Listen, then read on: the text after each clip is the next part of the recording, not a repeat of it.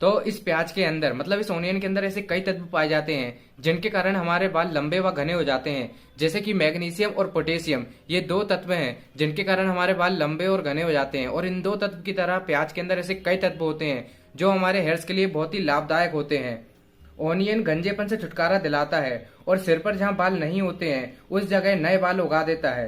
प्याज के रस को नियमित रूप से बालों में इस्तेमाल करने से आपके बालों की जड़ें मजबूत हो जाती हैं और बालों से जुड़ी समस्याएं भी दूर हो जाती हैं, जैसे कि डैंड्रफ और हेयर फॉल, इन जैसी समस्याएं भी दूर हो जाती हैं। सो गाइस, हेयर ग्रोथ के लिए ओनियन के जूस के जितने भी फायदे थे वो सभी मैंने आपको बता दिए हैं कि किस तरीके से ओनियन का जूस हमारे हेयर्स के लिए, हमारे बालों के लिए कितने ज्यादा फायदेमंद है। तो यहाँ पर आपको क्या करना है कि आपको एक प्याज का यहाँ पर जूस निकाल लेना है। मैंने यहाँ पर प्याज का जूस निकाल लिया है, ओनियन जूस निकाल लिया है। तो आपको एक कटोरी में 1 से 2 चम्मच ओनियन जूस लेना है। तो हमारे नुस्खे में 1 से 2 चम्मच ओनियन जूस की जरूरत है, तो हमने 1 से 2 चम्मच ओनियन जूस ले लिया है। ऑडियंस, यहाँ पर हमने लिया है लेमन जूस।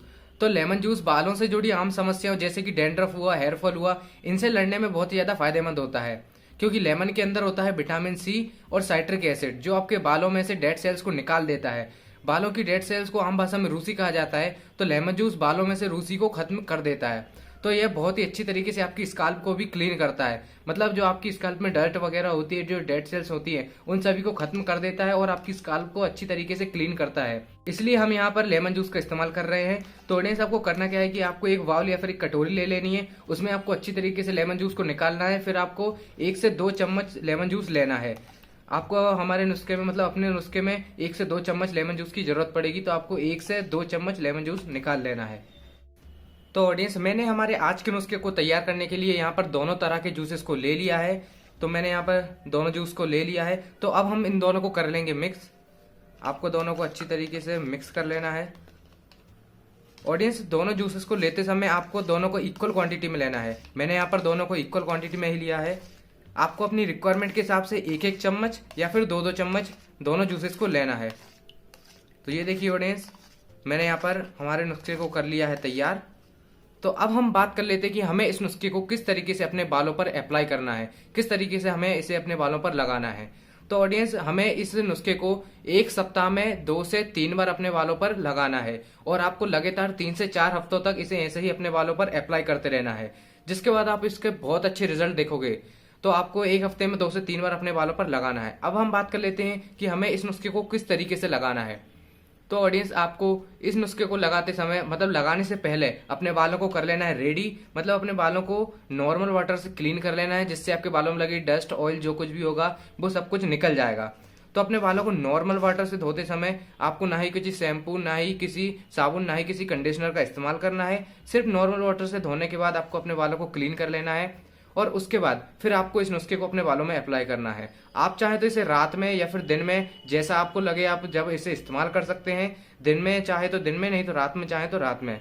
तो जब भी आप इस नुस्खे को अप्लाई करोगे तो आपको अपने बालों की सिरों से लेकर बालों की जड़ों तक इसे अच्छी तरीके से लगाना है और फिर अब 1 से 2 मिनट तक आपके बालों में आपको हल्के हाथों से मसाज करनी है।